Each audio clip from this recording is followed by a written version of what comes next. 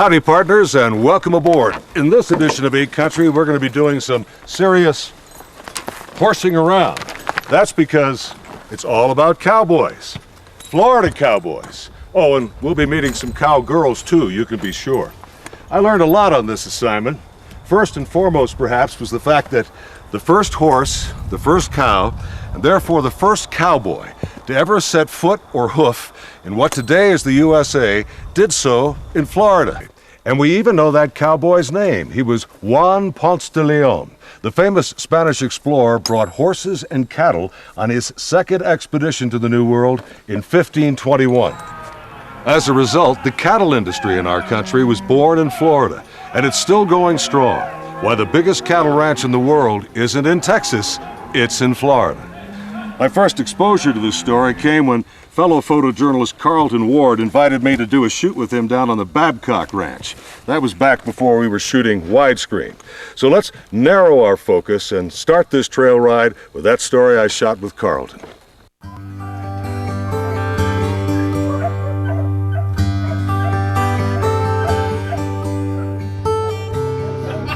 It isn't first light, but for these men, it's the end of the night and time for an age-old commute, with bridle and bit and a saddle to sit, and yes, a 6-gun to shoot. You see, with Gator and Snake, their horses and dogs are at stake, full partners in the job to be done. So with lariat and whip and a cheek full of dip, the Florida Cowboy still carries a gun. For almost 500 years, such men have roamed this land, long before any Western cowhand. And though their history's as rich and their deeds just as bold, the story of the Florida Cowboy seems to never get told. I'm not sure why it is, but the first Spanish cattle came here in 1521. That makes us having the longest history of ranching in America by far. Photojournalist Carlton Ward. His forebears started ranching in Florida in the early 1800s, so the subject has a special place in his heart. Famed for his wildlife and environmental photography, Carlton thinks that ranching's contribution to environmental preservation has gotten short shift. For instance, 2 years ago, Babcock Ranch became the largest conservation project in state history, 73,000 acres. Now, with greater public access, Cowboy Dave Milburn hopes that people will better understand how ranchers have cared for the land. We are stewards of the land, and you know that's why there is the wildlife that there is for the control of the exotic plants. But if we weren't here doing what we do, then this place would be overgrown and it'd choke the wildlife out. And as for the cowboy himself, in the words of Frederick Remington, I can't quote it exactly, but the cowboys he saw when he was traveling here more than 100 years ago were the toughest, roughest variety that he'd ever seen.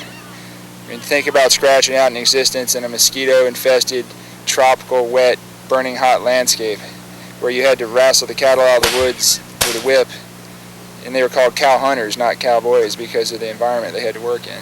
Carlton and I spent many wonderful days visiting ranches throughout Central and South Florida. They didn't always get off to a wonderful start. Fortunately, the only thing injured was pride. Even his cameras came through unscathed. Yeah. That's good. This camera is worth as much as my truck, so I'm glad I did. My truck's old, but... What was the first thing that went through your mind? No, I mean, I knew it was starting to get a little... I just tried to get balanced a little bit, and next thing I know, sky ground. Then, too, even the pros can sometimes have a problem.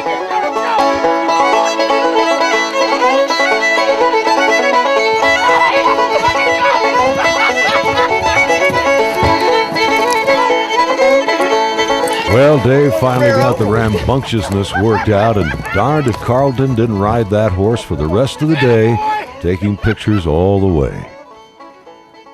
I did have a close call of my own on this adventure. I was just about to interview a young cowpoke when there was a commotion nearby.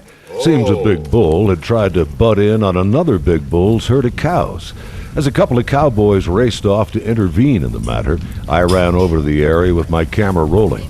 Well, the two cowboys, one a cowgirl actually, quickly discouraged the intruder of his amorous intentions, and so he left in a huff and decided to take out his frustration in my direction.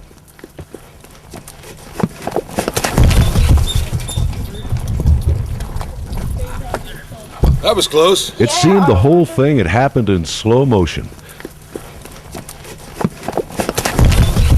Fortunately, he just barely brushed me, no injury. But I sure hoped Carlton got a shot of it. Oh, you get a shot of him getting a shot of me? No, I was hiding behind that tree at that point. Well, by the time my brush with the bull was over, that young cowpoke I was going to interview had gone back to work. It's not unusual to see young'uns punching cows right alongside their elders, like 5-year-old Bailey there. You wonder if Grandpa Carrie Lightsey could get along without her. And I tell you what, she's as good as any day helper. And she won't miss a day working cattle. I don't care how cold or nasty the weather is, she's here. And if we had 5 horses, we'd have them all here. All the kids? Yeah. And grandkids? Yeah, all the grandkids. And that's the way it's been for generations. Ranchers raising their youngsters in the saddle, passing on something that is more than an occupation. It's a proud American tradition.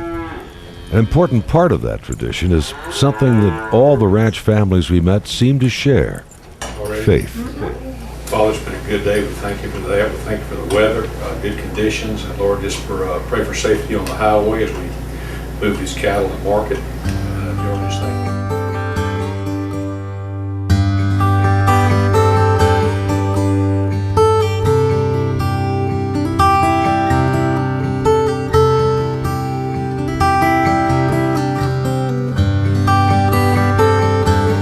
Carlton and I have shot film all over the world, but I have him to thank for introducing me to this world. He's working on a new book about Florida's ranching history. I'd only done cursory coverage of our cattle industry in the past, and anchoring nights had never gotten up before dawn to do it. I never realized scenes such as this were unfolding just a few miles inland from my usual coastal beat.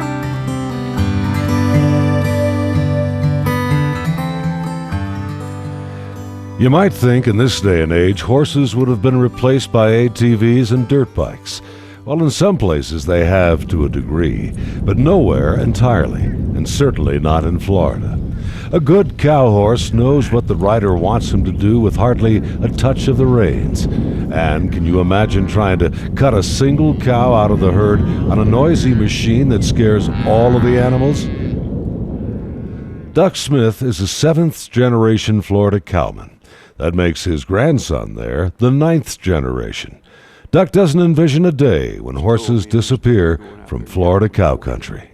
There's some of the things like when you want to get the baby calves with their mother and cut them out to put them in certain pastures or certain groups of cattle, or maybe getting the babies paired up, what we call paired up, with their mothers, with their mamas, and then cut the dry cows out that don't have their babies yet.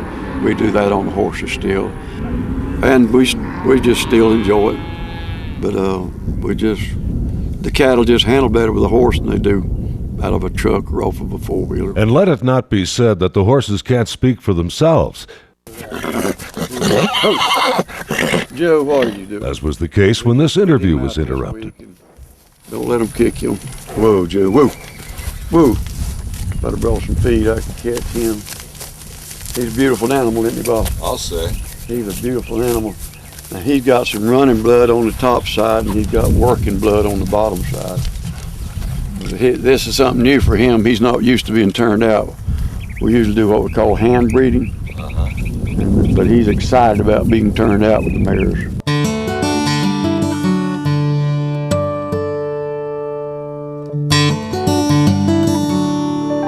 And so there will soon be some more horses, and Florida's cowboy culture will carry on. They're the quiet cowboys, the ones so few of us even realize are here among us.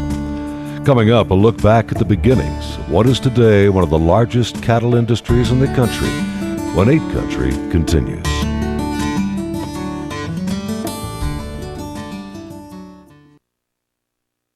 Our cowboy culture really began to take root in the early 1800s after the United States purchased Florida from Spain in 1821.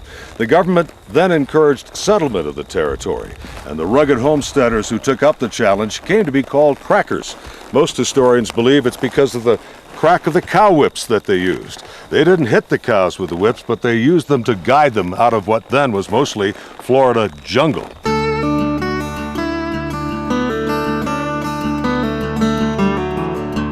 It's hard to imagine what life was like back then. The settlers would first build rudimentary shelters such as an Indian cheeky hut and fencing for their livestock.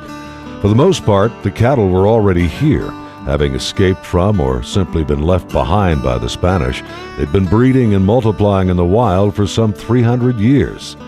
This little herd is to be found at the replica of an 1800s Florida cow camp in Lake Kissimmee State Park. Here, the history comes to life, literally, and often in the form of Mark Karushak, in reality a park ranger, but in his garb of a cracker cowboy. A conversation with him is like talking through a time machine. We get up early in the morning, get our coffee going, maybe some grits, wild hog or deer.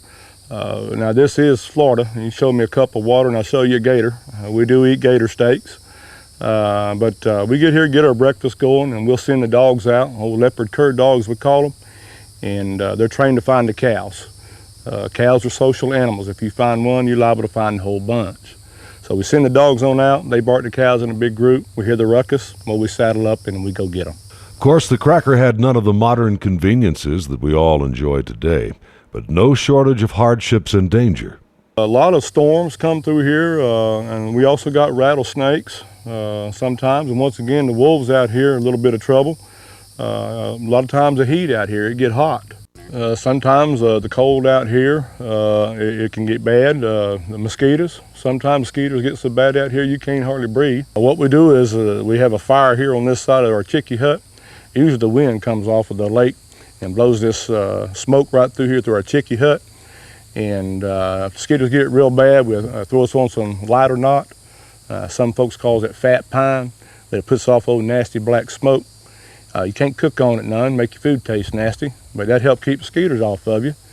If mosquitoes get real bad, we go out here to the cow pens and we'll get us some cow patties. And we'll get the dry ones, not the wet ones. But you throw 2 or 3 of them on there, and after about 2 or 3 days in that chickee hut, ain't no mosquito gonna bother you none no how. Fact is, I can go to that saloon down there in Bartow, and nobody in that saloon gonna bother me none neither. Now remember, you don't have to worry about Mark walking into your favorite watering hole smelling like that. He's talking about a time 2 centuries ago. As for the old cracker cattle, there are quite a few of them still around. Being such an important part of Florida's past, some ranchers are doing what they can to keep the bloodline and therefore the history alive. Renee Strickland is in the forefront of that effort. The nice things about the cracker cows is they really take care of themselves. They're low maintenance cows compared to other breeds of cattle. They've been fending for themselves for so many years that, you know, you can just kind of put them in a pasture like this that I'd never dream of putting a good English cow in, and let them roam, and they find what they need to find, and they thrive, and they have babies, and they do it every year, and they're amazing animals. But it's always amazing to me to sit there and look at these guys and think that these are the descendants of cattle that came to Florida. 1500s is when these cattle first came into Florida. And these cattle here are descendants of the very first cattle to North America. That's a fact. Longer than the Longhorn. The first cattle in North America are their ancestors. Had a long time to adapt and acclimate and make it. And they went for hundreds of years with nobody messing with them. They were in the swamps and stuff in Florida going wild, and the same with their horses. We have cracker horses, and they're smaller Andalusian bloodlines of horses, and they're just as tough as these cows are. They're smaller. They've got a really nice, we call it a rack, and that's their little walk. It's just a nice little chick, chick, chick, chick, chick. And they're very smooth. And they're almost gated? Almost gated, but they're just as tough as these guys, and they survive the same way. They were out in the woods forever and just made it on their own. So it's nice to have these guys around, because for me and for my husband, it just reminds us this is where we all started in the cattle business in Florida. You know, this is where it started. 1521, I think. Ponce de Leon. Ponce de Leon, yeah. And it's just kind of fun to sit there and look at them and know that these are bloodlines going all the way back to that. For more about Ponce de Leon and cracker history, I went to see Nelson Bailey. When not wearing his judge's robes and sitting on the bench in Palm Beach County, he's often wearing his cracker clothes and teaching folks about Florida's cowboy history. What a lot of people don't realize is the Old West really began down south right here in Florida. Ponce de Leon landed horses, cattle, hogs, settlers and soldiers, and citrus on the lower Gulf Coast of Florida in 1521. That was 19 years before Coronado took the very first horse and cow into the American Southwest. Of all states, Florida was the first to have the horse, and Florida was the first to have the cow. In that initial shipment, he brought 50 horses. Started to establish a town, but just in a matter of days. The Calusa Indians, who were on the southwest coast of Florida at that time, decided, this ain't such a good idea having these Spaniards here. And they were very well organized politically, militarily, and otherwise, the Calusa Indians were. So they attacked Ponce de Leon. In a matter of hours, defeated him and his soldiers, drove them back to their ships. And he, his soldiers, settlers, went back to their ships, went back to Havana, Cuba, where Ponce de Leon died from an injury of a poisoned arrow in the hip as a result of that battle. They left the horses here, though. They didn't have time to reload them. And Spanish, to this day, never neuter a horse. There's no such thing as a gelding in Spain. So those horses bred, and the descendants of those and others of the same breed that were brought to Florida through the 15 and 1600s still survive wild in Florida. From 1521 to this day, these horses have run wild in Florida. There's 3 herds of wild horses. Of course, it belongs to the state now. One on a ranch that belongs to the Department of Agriculture in Tallahassee. Another herd is on Payne's Prairie, south of Gainesville. And another herd is in the Withlacoochee Forest over in the Tampa, Brooksville area.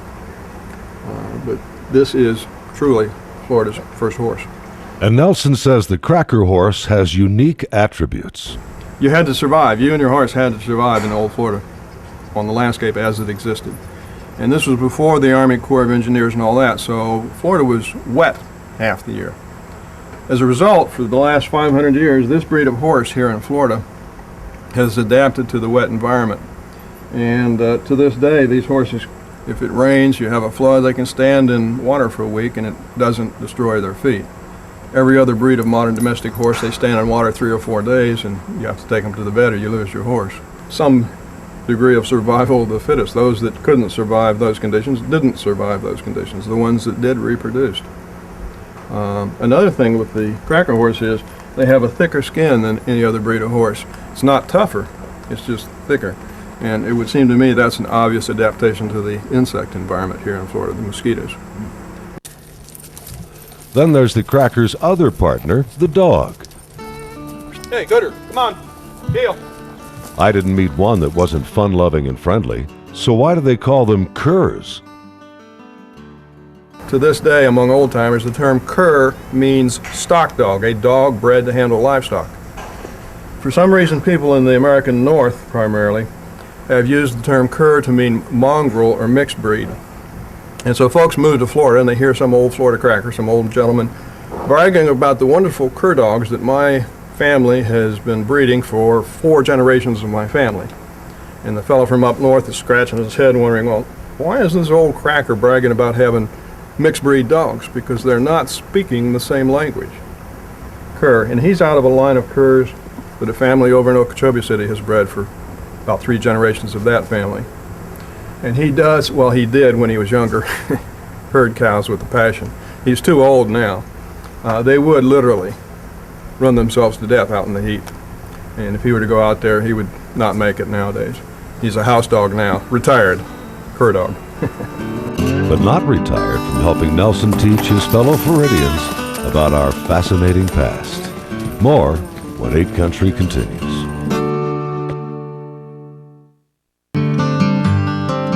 Here, historic buildings have been collected from around the state, creating an authentic Cracker community. A school, church, some stores, a blacksmith shop, several homes, and even a railroad station.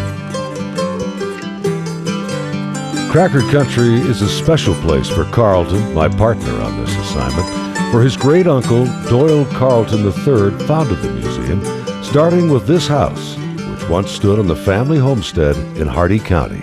Doyle Carlton III, his dad was born in this house, his granddad built this house, and he started cracker country here in Tampa back in 1930. I wish he could be alive to see the book when I get it done, because he's been a champion of our pioneer heritage throughout his whole life, and this institution, Cracker Country, is part of that legacy. Carlton's interest in the subject may have been inspired by his family history, but his passion for it comes from his belief that preserving Florida's cowboy culture is synonymous with preserving our environment. I think it's essential for us to tell the story of the Florida Cowboy. It's one of the great untold stories that has tremendous implications for the future of this state. And I want people to know that every day before dawn, all the way across Florida, people are coiling their whips and lariats and riding out to work their herds. The ranch lands in many ways are the most pivotal landscapes in the state. They're under siege by development, with 1,000 new residents moving here each day.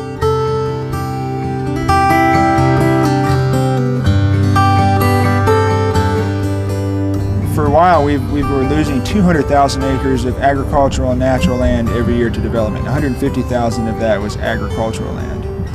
And so there's a lot at stake, and people living along the coast are not necessarily aware of what these heartland landscapes represent, and not just the cultural and agricultural importance. Having the #1 beef ranch in the entire world here in Florida, and having 6 of the top 10 beef producing ranches in the nation. But on top of that, there are places where black bears and panthers would not survive if it were not for the active stewardship of the ranchers, in those areas. Ranchers aren't just environmentalists for the sake of environmentalism, but it's also good business.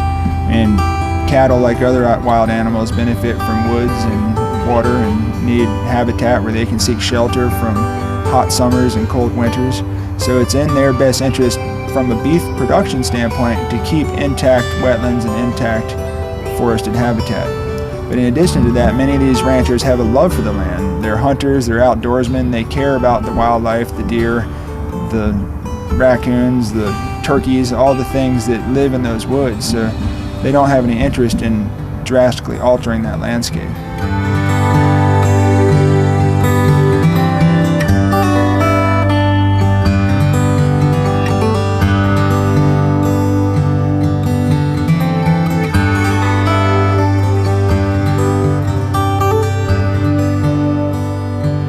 Carlton's opinion of ranching's contribution to environmental preservation is not his alone. The Lightsey Ranch, for instance, has received the National Environmental Stewardship Award, and many of Florida's ranches give them close competition. I sat down with Lane Lightsey for some of his thoughts.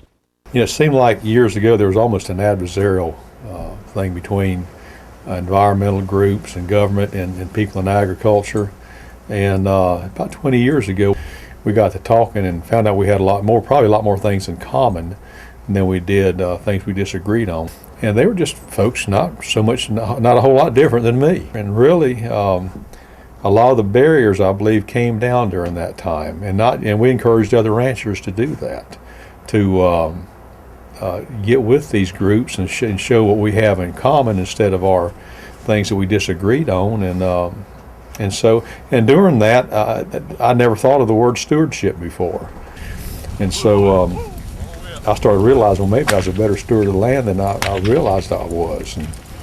And we've always tried to do things, just like when we still clear pasture for grasses, but we try to leave much of the land in its native state. We try to leave land for wildlife habitat, the deer, the caracaras, the eagles. We try to leave them plenty of room, but they still have plenty of habitat. And you'll find out many times by improving some pasture here that gives them a better feeding territory.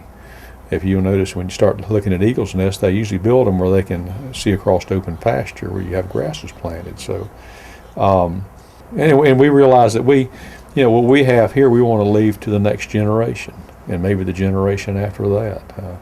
We've been doing this for 5 generations, and we realize if we're going to continue to do what we do, we have to be good stewards of what we have.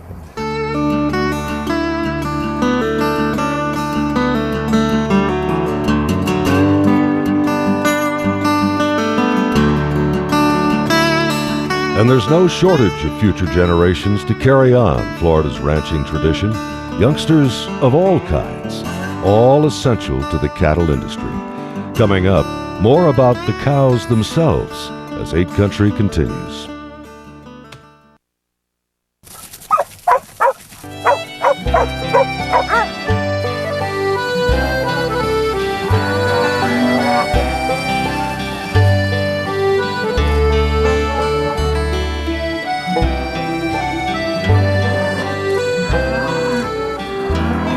Florida cattle ranchers run over 1.7 million cows and calves a year.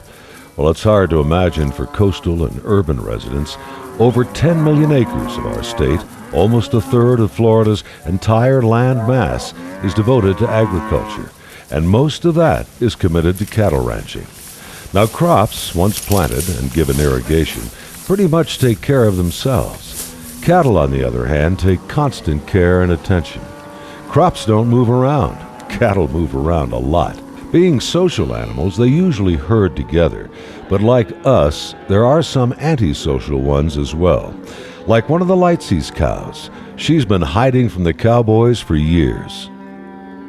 We put these cattle in this ryegrass field back in October, conditioned and everything. Got one cow that's been in there for 3 years. We've tried everything. She always ends up going to a myrtle bed and hiding. So our mission is to get the whole herd and get her to go with them. If we have to, we'll rope her.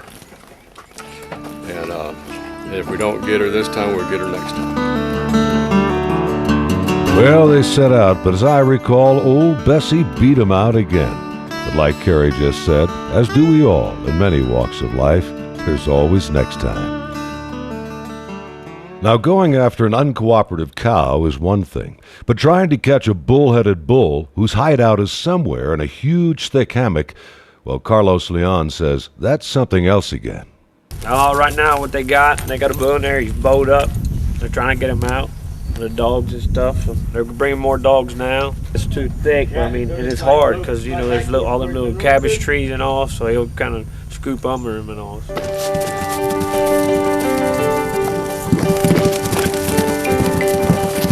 Well, the reinforcements soon arrived, and now there were over a dozen cowboys and a whole pack of dogs trying to flush out one big bull. Half the team was back in the woods trying to drive the animal to those waiting on a road cut through the hammock. Carlton and I waited anxiously. Then suddenly,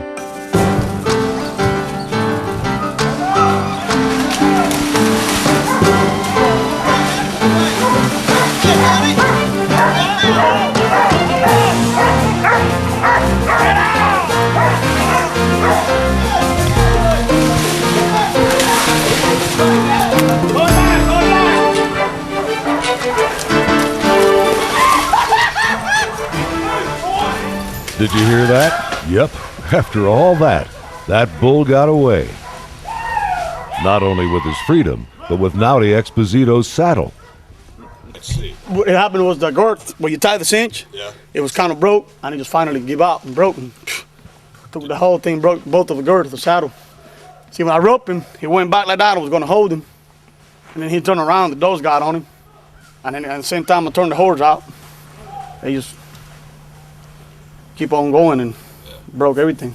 Now, a broken saddle does not equate to a broken will. Naughty went back on the hunt, and a few hours later, Mr. Bull-Headed was headed home.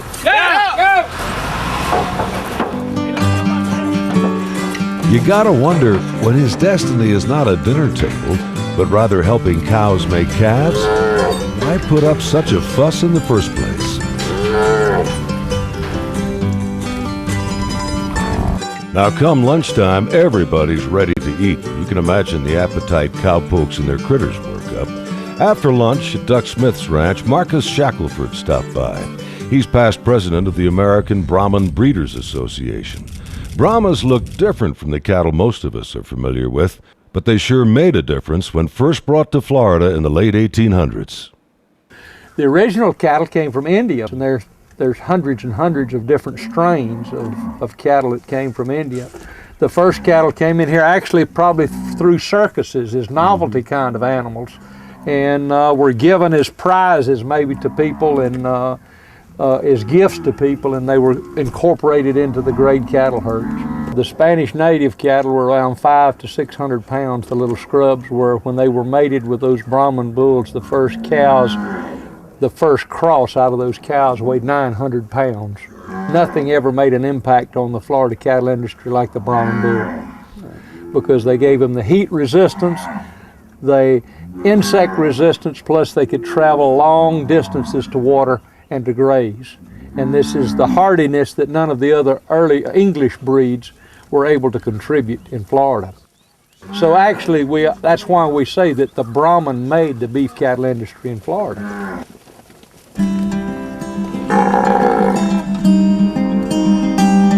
Coming up, what is this Mama Brahma waiting for? When 8 Country continues.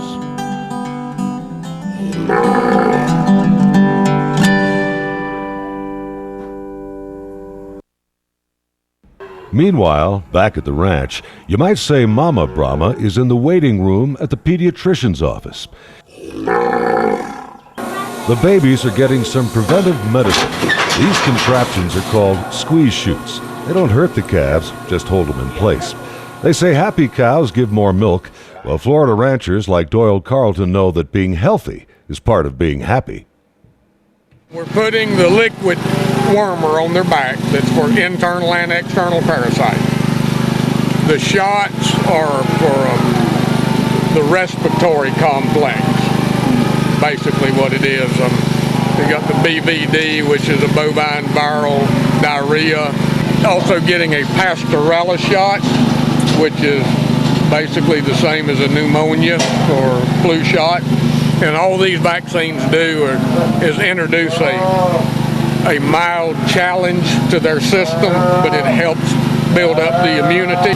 They'll get those same 3 shots another time. Like a booster for Exactly, right. Exactly. To keep track of all their patients, so the Cowboys know who's who, the calves get identity tags. Heifers, the girls, are tagged in the left ear, the bulls, the boys, in the right ear. And the Cowboys are careful to do it in the right place so it hurts as little as possible. We try to put it in that spot right there because there's veins and cartilage in the ear here. Yeah, so you miss that. Right, miss all that. Doesn't hurt so much either.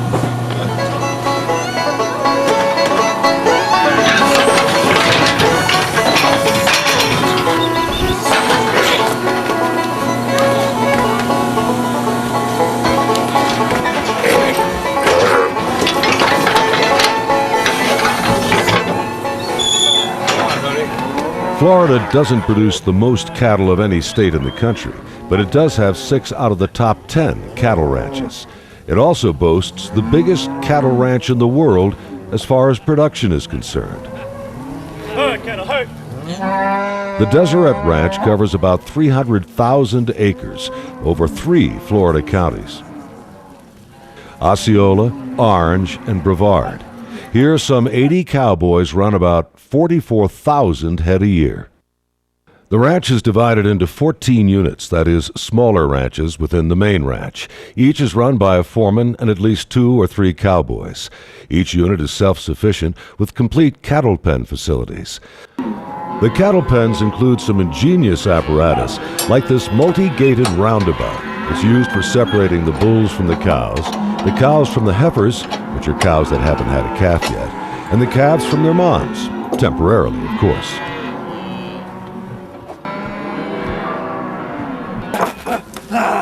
How do you know if all your hard work is paying off? Well, cattle are priced by their weight, so the Cowboys keep track of how they're doing by weighing their work. Yeah, y'all definitely buy me a hamburger. Foreman Bo Anastasio and his team always have a friendly bet. We just weigh all the calves to get an average, so we'll know about what we're going to weigh at shipping time. We can project what we're going to weigh. And we take a little friendly bet. Whoever gets the closest, loser buys hamburgers. Cowboys still have to brand their cattle because they will be mixed with other herds. On the ranches we visited, I expected to find something like this, your old-fashioned branding iron. Probably not the same brand, but in any case, they don't always use these. If they're close to electricity, it's not necessary. A modern addition to the Cowboys kit is the electric branding iron. The calves may also get more shots and some oral meds here. On the Deseret Ranch, the brand may look like a D for Deseret, but it's actually the outline of a beehive, illustrative of what a busy place this is.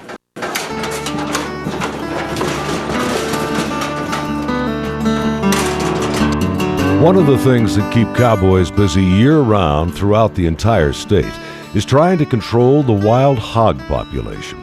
They're a major headache for ranchers, and as you may know, are becoming a real problem in urban areas as well.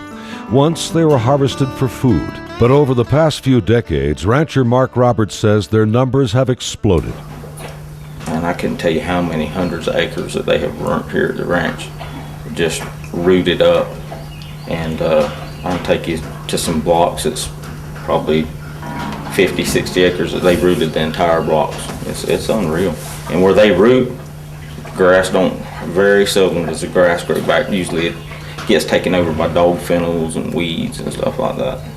Why do they root? They're just looking for food? Mm-hmm. They eat grubs, worms, and bugs and stuff like that. And then they'll eat, like in ponds and stuff where you see them rooting, they'll eat the bulbs and stuff off of some of the lilies and stuff like that. They eat just about anything. They eat your cattle food? They'll eat that cattle food. They love that. The feeders that we have, the bulk feeders, hold about 6 tons. And before the hogs found it, 6 tons would last me about 6 weeks. And when the hogs found it, it started to where, and then when they really started coming to it, it'd last about maybe 3 to 4 weeks. I had a biologist tell me that works with the mines that you would have to kill 80% of your hog population every year just to keep them under control. 80%. And so they do what they can, including trying to find markets for the hogs. Mark says they taste good. He's been talking to some customers in Asia who could once again make wild hogs an asset to the state instead of an annoying financial drain. Coming up, where the buffalo once roamed, when 8 Country continues.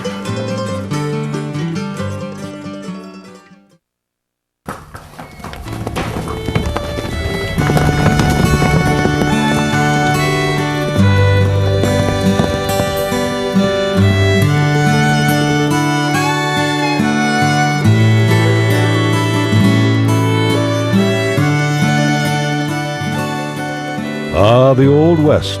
Yep, Florida is the West where America's cowboy culture began. That is, west of Spain, from which our country's first cattle and horses and citrus came. And when the Spanish arrived, they found a familiar icon of the West roaming the state. And there's still one wild herd left, though frankly, Lightsey foreman Dick Persing says they're pretty tame. That's right. The buffaloes was actually here in the 1400s, 1500s, and of course I think as the years went by they evolved away from here, and of course we've brought them back here and we have a little herd of them and they do fine. The Lightseys keep the herd unmolested out on Brahma Island and Lake Kissimmee. Just another example of how Florida ranchers pay homage to Florida history.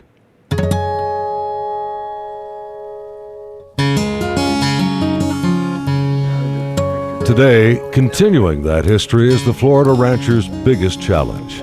As always, any form of agriculture is hard and potentially dangerous work. The whims of nature can make you or break you. But recent generations have had to contend with a man-made problem that can prohibit future generations from carrying on the family tradition. It's called the death tax. Half or more of the value of a ranch, farm, or any business for that matter can be taxed by government upon the death of the owner. As a result, few family businesses in our country survive more than 3 generations. And we're going to go to every length possible to see that that doesn't happen. It's still a tremendous challenge, as you well know, but we are continually working on that part of our business and that part of our family business and figuring out ways to be able to keep the ranching operation in the family without having to sell off parts of it to pay the taxes. Not sell off anymore, that is. Doyle Carlton's family has been farming and ranching in Florida since the mid-1800s. They're only in business today because they have had the land to sell or trade for taxes as their forebears passed away. And what becomes of that land they've had to sell?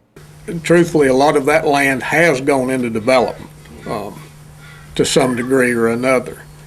So it's not that that is something foreign to us. It's really what sustained us economically over the years. But there are certain areas that we feel like are sacred, and this would definitely fall in that category. And we will, hopefully and prayerfully, we'll be able to figure out a way to keep it in the family for generations to come.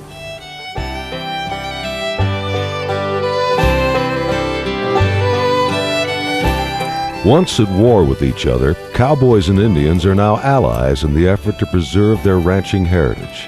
Before the white settlers came, after the U.S. acquired Florida from Spain, Native Americans were already accomplished cowmen. On the Seminoles' Brighton Ranch, Assistant Natural Resource Director Alex Johns reminds us, You know, we're the Seminole Tribe's casino, big casino business, but we was cows before casinos. We're trying to preserve that. Alex is mighty proud of that and is passionate about Brighton. This ranch is 36,000 acres, and we got about 5,500 head of mama cows.